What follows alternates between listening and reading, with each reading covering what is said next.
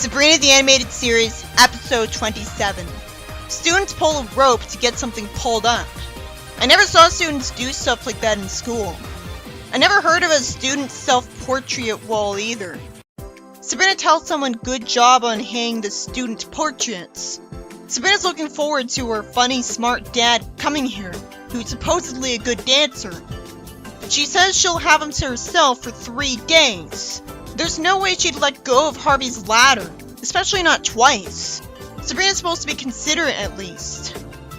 Chloe gives her good news, too boring for me to remember.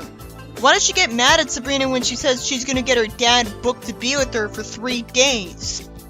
The whole episode has me expecting disappointment for Sabrina because she's looking forward to something. She gets upset that clothes that her dad gave her for her 10th birthday don't fit. Logically, magic would be used to grow them. We see a living room's looks get changed multiple times by each of the ants in a failed forgettable attempt to give them different personalities from each other. Salem returns the room to normal and quickly thanks him. Sabrina's dad hugs her, and then he instantly springs on her the idea that he's marrying a new woman, with no warning. She screams, and somehow no one reacts. Sabrina's aunts want to cater to the stepmother who's also a mortal because her dad doesn't learn a simple lesson. One of them summons nachos, and when Sabrina says she doesn't look like a waitress, one of her aunts uses magic to give her a waitress outfit for a bit. Sabrina relatably hates the stepmother for keeping her from being alone with her dad.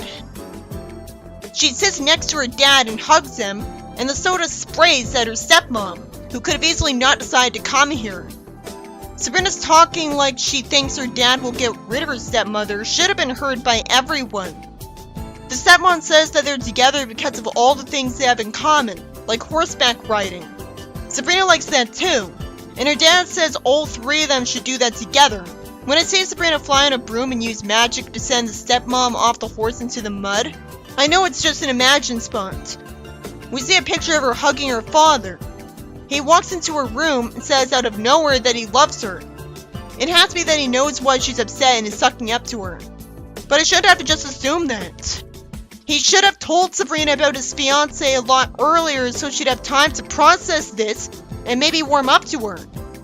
Sabrina can't get advice from Harvey because he's busy raking leaves. He walks into the house and she uses magic to rake the leaves into the bags, and he says that if she's gonna have a stepmom, she should have one fun and cool. But she goes horseback riding. That's at least showing some willingness to have fun and take risks. She hugs Harvey. Then we see the ants suffering because they're covered in lobsters. They're busy making a soup for the stepmom.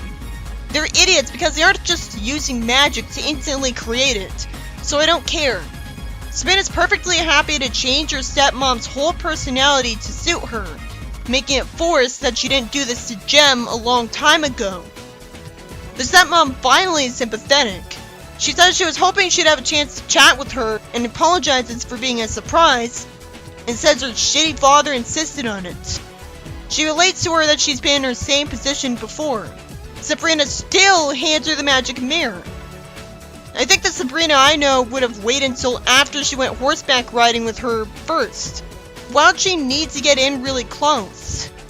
She disappoints her saying what actor she prefers because she gets reminded of her dad by him. Sabrina gets mad because she thinks the mirror doesn't work. Her dad says they'll go out to dinner with just Sabrina tonight, on the stepmom's suggestion. Then the stepmom sits down on the stair banister and slides down it. It's too hard to hear what her name is. It seems to be a weird name, so I can't take it in.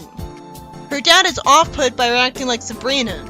The stepmom insists on them going to an amusement park, and Sabrina likes the idea of bumper cars when she suggests it. Sabrina's dad doesn't like this, saying they've been on a ride 3 times already and just wants a quiet dinner with her. But considering what a jerk he's been, and a boring one, I don't care. He was more fun in the sitcom, even if he was too confusing, like why was he in a bunk? He's sad during a montage where his fiancée is just hanging out with Sabrina. It seems arbitrary that a willingness to have fun at an amusement park is pigeonholed into just being a thing young people are allowed to do. He angsts to Sabrina and says he shouldn't have sprung Future on her. That's such an on-the-nose name for her future stepmother. It's annoying that Sabrina's wasting time opening up to Harvey's friend who has his head in the clouds. Eventually, Sabrina's dad says he thinks his fiancée is acting like Sabrina just to get her to like her. He hugs her, and she doesn't appreciate it, and he walks away sadly. Sabrina thinks she ruined her dad's life when all she did was make his fiancé different when he lived just fine without her. She kissed her dad's cheek, and spent some time ordering Salem to undo the spell. Why the hell didn't she just instantly point to undo the spell as soon as she regretted it? Salem says the spell will wear off in 3 days. There's no way that'd be the case. Magic would be however the witches would want it. They'd have to intentionally imagine that the spells would last only a certain amount of time. Sabrina uses magic and serves her dad food, and she gets told Future left him a note that she's gone boarding. He puts his hands on her shoulders, and Sabrina says she'll be back to normal in 3 days. Just now, her dad figures out that Sabrina changed his fiancé. At least Future comes back into the room for a bit and is nice to them all, so it's not like she was trying to leave him. I've always assumed that the reason her dad isn't raising her is that the Witches' Council made it illegal for him to be raising her, just because he divorced the mortal, because that was the case in the sitcom, but it needs to be explained here. No divorce would not even allow him to visit her every weekend, and it's not explained that he has a job that would keep him extremely busy, and that wouldn't matter because he'd still warp to her to visit her every day.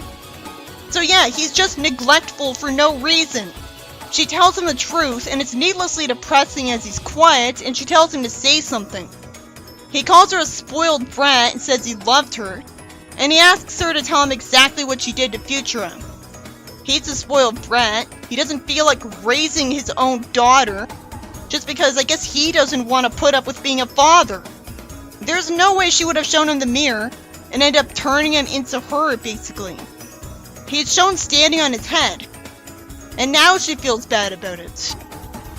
I expected them to do something to end the spell faster, instead of the plot ending without his fiancée being normal again. Salem's spell being temporary ends up being pointless anyways, considering how the episode ends.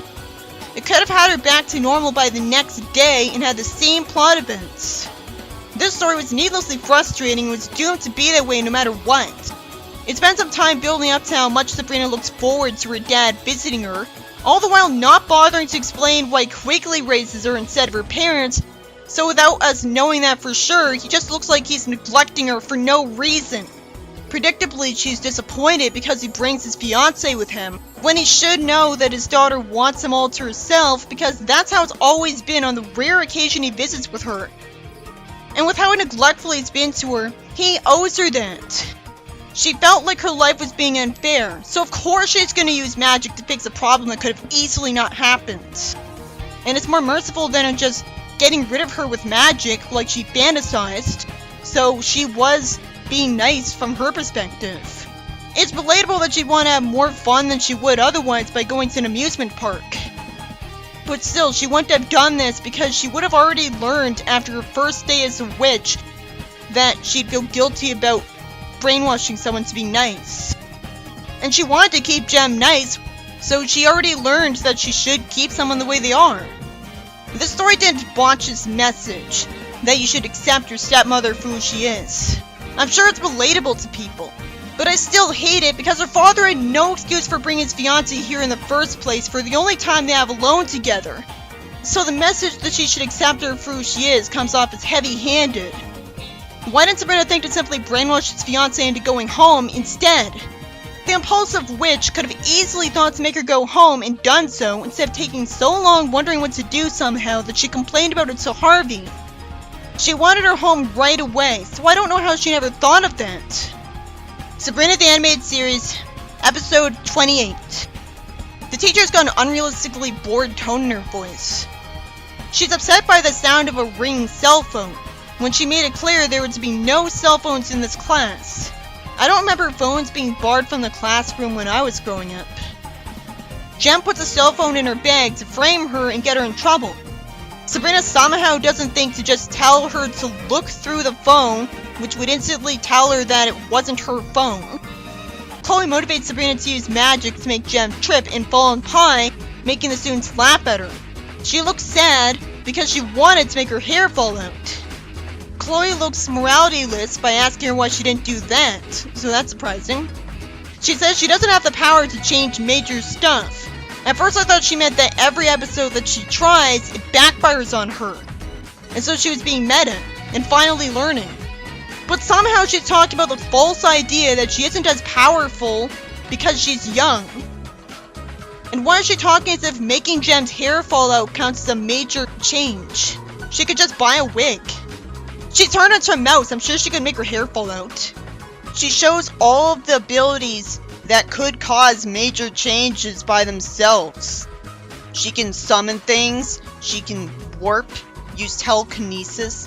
You summon the wrong thing in the wrong place and that could cause major change. Zelda says Sabrina has to go to witch boot camp like every other witch. Why does Sabrina think she'll love boot camp? Has she not watched TV before? Why is Zelda smiling when telling her that the camp is torture? She tells her that somehow she has to complete the camp to get her full powers. This was never the case before the series. And even without that, it's still forced. Time is different in the Netherworld, out of complete nowhere. So she can still complete her camp sessions and not miss school on Earth. Because of a different chronotron speed, apparently. But wouldn't she get jet lag? Her aunts take advantage of potion ingredients and expect Sabrina to get brought into the Netherworld by a giant hand rather than simply warping her or taking her to the shower entrance like I liked. Or the attic entrance. I'm gonna hate this episode for torturing her the whole time with a drill sergeant, which would not be something kids would be put through without doing anything wrong. Salem talks to her from her bank. Why did he go here? Did he want to see her suffer? How does he not know by now that he does nothing but make her life worse? He could just ruin her chances. I like seeing her in that outfit. Salem says he's here to mock her humiliation. How's she being humiliated? Nobody surrounding her is finding her funny. Someone says she's scared, and Sabrina says me too, and they shake hands. It's silly that Sabrina replies to what Zelda said to her in her memory because she's talking to herself around these girls, and they aren't reacting to it. The stereotypical witch shows her face. Every time I see people like this in the show, I'm just wondering how they exist when all the other witches don't look green-skinned. We can assume they're a separate species, but they need to be explained. And somehow she doesn't react to Salem calling her hideous. Again, if it was explained that they were a separate alien species, it would make sense that they don't shapeshift to look good, because their species thinks they do look good, and they don't care what other people think. She talks to the girls in a mean way for no reason. How did she take until now to hear Salem? Why did you think it was Sabrina talking when clearly she wanted to have her voice sound like Salem? Well, I can assume she thought that she was talking in a male voice to disguise it. But I still hate this. And she should have explained that. The drill sergeant was already warned about Sabrina because Sabrina's half witch. The girls around Sabrina are shocked that she's half witch. But then some of them just act fascinated, asking when she gets to use her magic. So fascinated alone doesn't come off like they hate her. Then someone whispers some bullshit that she steals people's spells. From her aunts, I guess she means. Witches would be able to look up info on half-witches on the internet and fact-check in seconds. So they wouldn't think this. Although, that would require someone actually doubting the misinformation enough to check it in the first place. Sabrina calls out the drill sergeant on bullshit because she just said she never met a half-witch before, so how would she know? I hate her voice. It's too hard to tell what she's saying. She tells her not to count on graduating because she's the one in charge of deciding who passes. This can mean that almost every half-witch never gets granted her full powers. I have to assume the reason she doesn't turn this bitch into a frog or brainwash her is she knows she'll just get in trouble and it'll be undone. Like, if she got alone with her, then nobody would know because apparently no one's being spied on. Why are witches expected to run with backpacks? What's the purpose of them being put through a boot camp that's like a boot camp? Later on they're shown using magical lines, so you'd think they would be expected to levitate their backpacks. Sabrina cries and tells Salem the girls hate her. He tells her they don't hate her because they don't really know her and are buying into stereotypes, unusually wise words. so they need to get to know her. And the Sabrina torture continues. At least some magic is used to take her out of a body of water. The montage is trying to be visually interesting because of the magic, but it's just a bunch of stuff happening that doesn't matter to me.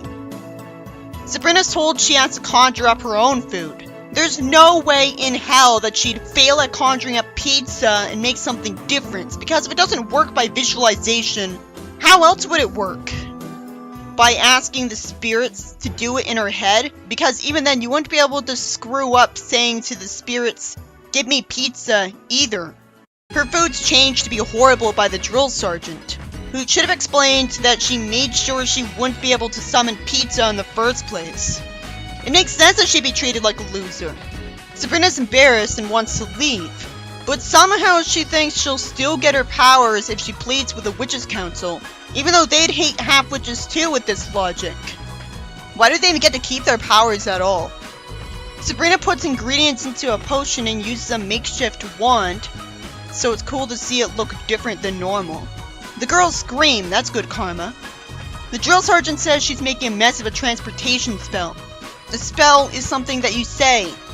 It makes sense that someone could misremember the recipe to something, and so not make a potion correctly. But I'm just used to Sabrina always being good at making potions. The drill sergeant summons a cauldron because she is allowed to go home. It's so annoying that the drill sergeant has a mocking voice. Sabrina tells her off for insulting her parents and says she'll stay in front of the other girls. The girls gasp, and one of them ends up congratulating her on standing up to the drill sergeant.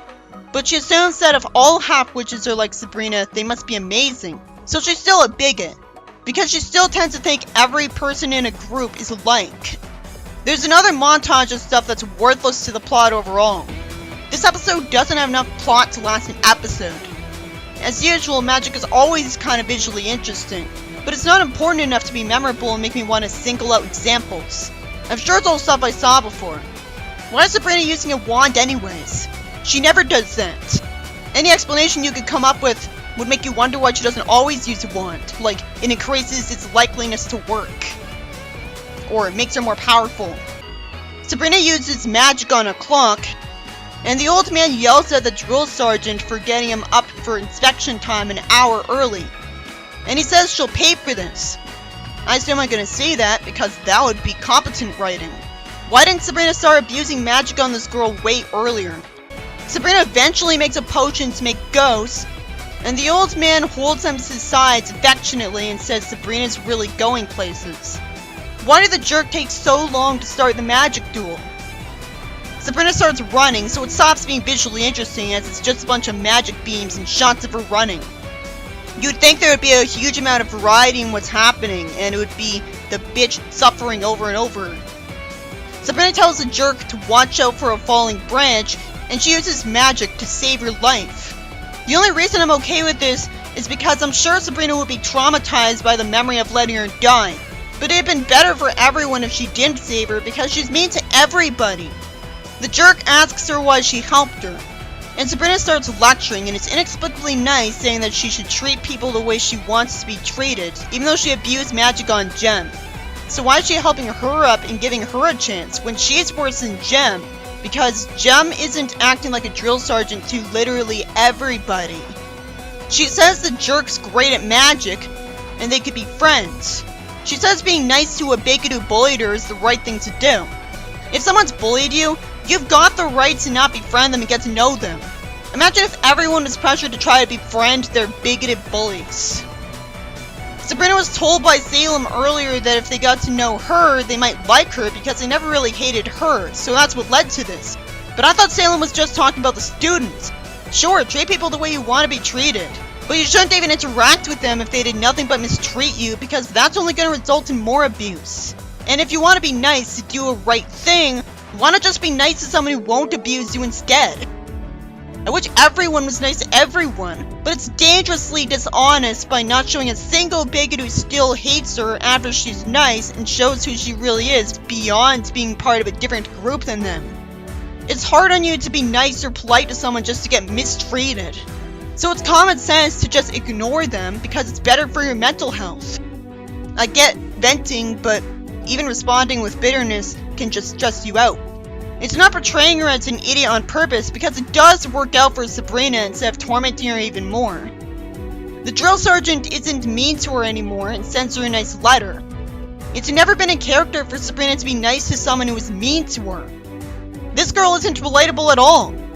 This episode's about torturing Sabrina at boot camp because somehow every witch has to go through this as a preteen. And she's an outcast for most of it because somehow the drill sergeant was told in a letter that she's half witch and exposes her. Her magic duel could have been great because I liked any time she abused magic against her. But instead it's mostly just boring shots of Sabrina running away in magic beams until she saves her life. And somehow out of nowhere she talks like she wants to be friends with this bigot. And it works out. That's a bad message. She says that Zelda taught her not to judge a book by its cover. But you should make an exception in cases like this. Apparently the moral of the story is, if you're suffering from prejudice, be nice to the bigots and ask to be friends, and they'll always agree to it and change. Because they're all still good people. That's idealistic. I would say you should just go about your day acting like they don't exist. Not set yourself up for disappointment by trying to get them to change their minds.